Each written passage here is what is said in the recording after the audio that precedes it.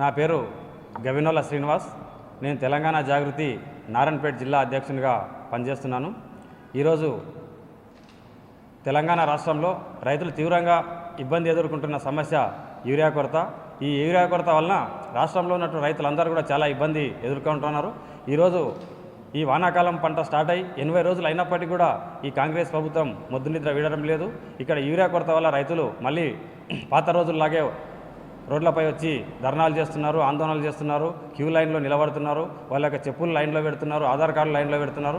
ఈ విధంగా తీవ్రమైన ఇబ్బందులు ఎదుర్కొంటూ చాలా ఇబ్బంది పడుతున్నారు రైతులు. కాబట్టి వెంటనే కాంగ్రెస్ ప్రభుత్వం ఈ యొక్క కొరతను తీర్చాల్సిన అవసరం ఉన్నది. అదేవిధంగా ఈరోజు కాంగ్రెస్ పార్టీ అధినాయకురాలు ప్రియాంక గాంధీ గారు పార్లమెంట్లో ధర్నా చేస్తూ ఇక్కడ యూరియా కొరత తీవ్రంగా ఉంది, ఈ యూరియా కొరత బీజేపీ పాలిత రాష్ట్రాల్లో ఉన్నటువంటి ప్రభుత్వాలకు యూరియా ఇస్తున్నారు, మరి ఇక్కడ ఎందుకు ఇవ్వడం లేదని వాళ్ళు ధర్నా చేస్తూ ఉన్నారు. మరి ఇక్కడ తుమ్మల నాగేశ్వరరావు గారు కూడా మంత్రి మాట్లాడుతున్నారు, మేము ప్రభుత్వానికి విన్నవించుకున్నా కూడా మాకు యూరియా రావడం లేదు అని ఆయన చెప్తా ఉన్నారు. అంటే ఇది ముందస్తు ప్రణాళిక లేకుండా ఈ యొక్క ప్రభుత్వం వ్యవహరిస్తున్నది. కాబట్టి వెంటనే ఈ యొక్క యూరియా కొరత తీర్చాల్సిన అవసరం ఉన్నది. అదేవిధంగా ఈ ప్రభుత్వానికి వ్యవసాయంపై ఏమాత్రం చిత్తశుద్ధి లేదు. గతంలో 10 సంవత్సరాలు బీఆర్ఎస్ పార్టీ అధికారంలో ఉన్నప్పుడు 2 నెలల ముందుగానే ఒక ప్రణాళిక వ్యవసాయ శాఖ ద్వారా తయారు చేయించి రైతులందరికీ కూడా అందుబాటులో ఉంచేటటువంటి పరిస్థితి ఉండే. ఈ గజ్వేల్లో ఉన్నటువంటి ఈ యొక్క రాక్ పాయింట్లో 21,000 నుండి 28,000 మెట్రిక్ టన్నుల యూరియాను సిద్ధంగా ఉంచేది. కానీ ఈ సంవత్సరం ఈ వర్షాకాలం స్టార్ట్ అయ్యి 80 రోజులు అయినప్పటికీ కూడా కేవలం 4,800 యొక్క మెట్రిక్ టన్నుల యూరియాను మాత్రమే సరఫరా చేసినటువంటి పరిస్థితి ఉంది. కాబట్టి వెంటనే ప్రభుత్వం చర్య తీసుకొని తప్పకుండా ఈ రైతులకు ఈ యొక్క యూరియా సరఫరా చేసి ఆదుకోవాల్సిన అవసరం ఉన్నది. ఎందుకంటే గ్రామాల్లో కూడా మేము తిరుగుతూ ఉన్నాము, గ్రామాల్లో చూస్తూ ఉన్నాం. అక్కడ కృత్రిమంగా బ్లాక్ మార్కెట్ సృష్టించి 40 కేజీల యూరియాని 249 రూపాయలకి ఇవ్వాల్సి ఉండగా దళారులు మరియు అక్కడ వ్యాపారులు కూడా కుమ్మక్కై యూరియా ధరను పెంచి రైతులు ఇబ్బంది గురి చేస్తూ ఉన్నారు.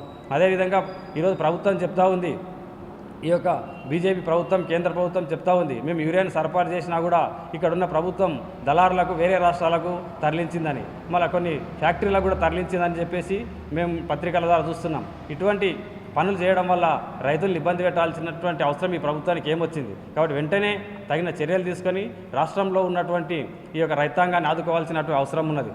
అదే గతంలో బీఆర్ఎస్ ప్రభుత్వం 10 సంవత్సరాల్లో రైతులకు ఎటువంటి ఇబ్బంది రాకుండా ఈ యొక్క యూరియా కొరత లేకుండా రైతులను ఆదుకున్నటువంటి సందర్భం తెలంగాణ సమాజం మొత్తం చూసింది. కాబట్టి వెంటనే ఈ చర్యలు కన్నా తీసుకుని రైతులను ఆదుకోకపోతే తెలంగాణ జాగృతి తరపున జిల్లా కేంద్రాల్లో మండల కేంద్రాల్లో మేము తప్పకుండా రైతుల తరపున ధర్నాలు చేయాల్సి ఉంటుంది, రైతుల తరపున పోరాడతామని కూడా ఈ సందర్భంగా ప్రభుత్వాన్ని హెచ్చరిక జారీ చేస్తూ ఉన్నాం.